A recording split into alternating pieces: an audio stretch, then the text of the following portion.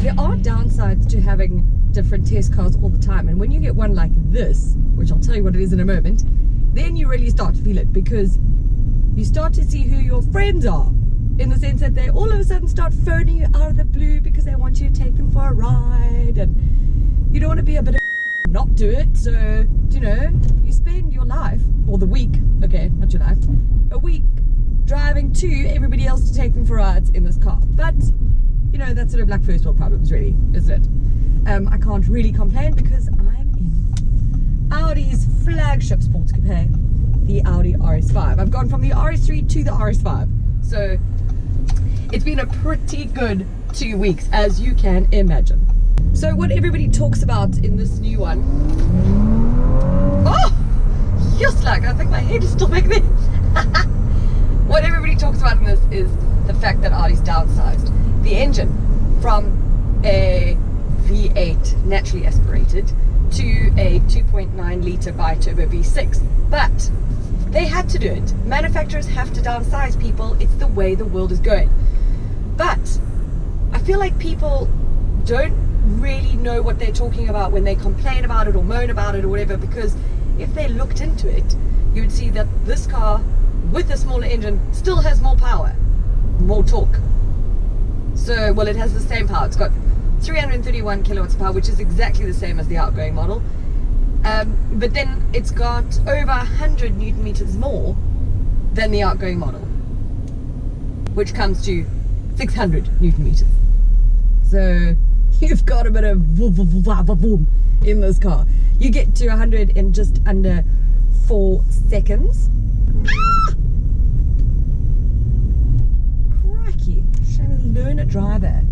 Guys, don't be such assholes to learners drive. We all have to learn at some point. I don't understand why anybody hoots at a learner driver.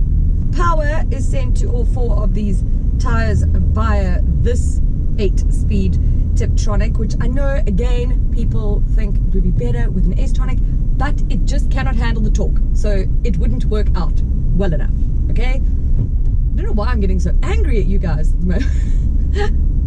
I think it's this car is so talked about, and there's such a hype around it when you're in it, but everybody's got an opinion and everybody knows better and everybody is an engineer and a mechanic and a whatever. So I think that's maybe why I'm a little riled up, but it's not you guys.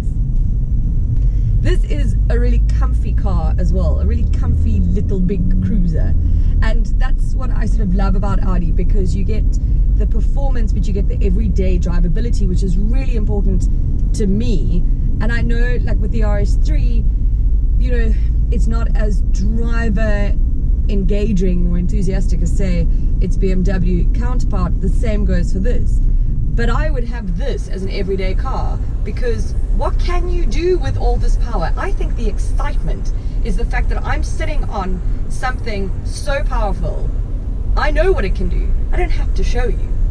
I can do it when I want, but you can't really do it every day. I mean, I'm like, you know, if you're in town, unless you're taking your car to a track every weekend, then sure, but I don't want to do that. So for me, it's that maybe like the knowing and sorry, whoa man, and just not having to prove oneself. I think that's like the thing for me that makes this such a beautiful car. Look, for almost 1.3 million rand, who has this money? I mean, I talk about these cars to you guys as if you all have it as well. If you all do it, can you share it? You know, come on. But yeah. Anyways, but it's a lot of car. You know, obviously it's perfectly Audi inside, fully spec'd. And then you've got a beastly engine. But yeah. I think that's, oh. A bit of a burp.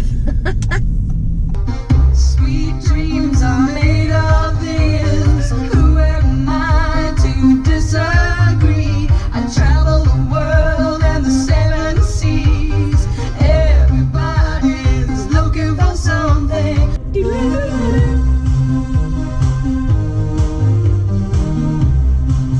Again, I can't show you what it does on a track because I don't have access to one right now, or the money to go to one. So just take my word for it.